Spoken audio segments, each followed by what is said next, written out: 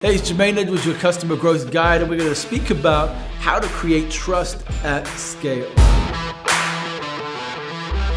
Welcome to the channel. If you're new, welcome here. If you're old, welcome back to the fold. We're going to talk about trust. And I know you know how important trust is to any and all relationships. It's what binds relationships together, organizations and customers. But I want to talk to you first about what I've discovered about trust. Now, what's really fascinating is that if you really study trust, you find that its origins come from an Indo-European word that's called droust, D-R-O-U-S-T, meaning solid and lasting. In Old English, they actually referred to it as confidence and dependence. And as we moved into the 14th century, 18th century, we started to think about it in terms of virtual certainty and well-grounded hope. And I want you just to hold that in mind for a moment. Virtual certainty and well-grounded hope, solid and lasting. Now, if we hold these things to be true about trust in our own experience, then how do we actually apply this to our customers? How do we think about this proactively so that we can deepen trust and go through what I call a trust continuum, which is a continual refreshing and reshaping of the relationships that we have? So I'm going to talk to you about two big ideas, but before that, I need you to like and subscribe and make sure that you're getting the notifications every week, Monday and Wednesday, to grow your customer relationships. All right, so let's get started. The first principle here is trust criteria. And trust criteria comes from this whole idea from the book, The Speed of Trust. Speed of Trust? Yes, The Speed of Trust of Stephen Covey.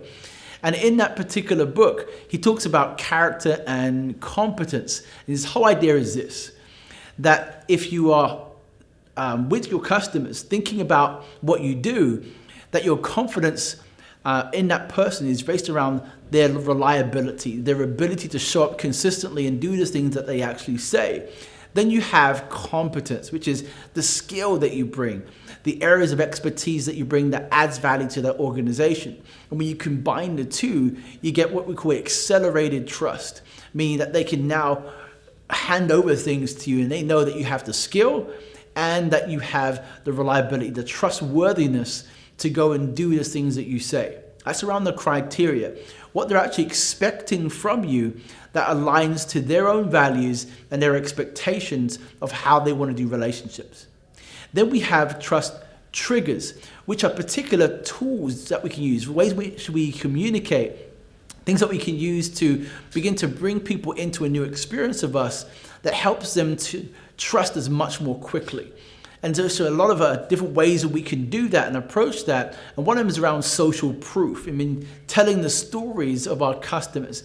And we all get invited into these stories. As we hear other people's stories, we see ourselves. We make decisions around how we might want to do business with another organization or with another person through the stories that we hear from other people, those testimonials, those proofs that we hear. So that's a trigger that you can use to activate the speed of trust in those relationships. And if you can have that idea of criteria, knowing the expectations a customer has, and then the triggers, what other things you can use, like the stories of customers to accelerate trust, you can do that at scale with any organization. So hold those things in mind: solid and lasting, virtual certainty, and well-grounded hope. Those are things that you can activate with your customers starting from today. And I'll see you in the next video.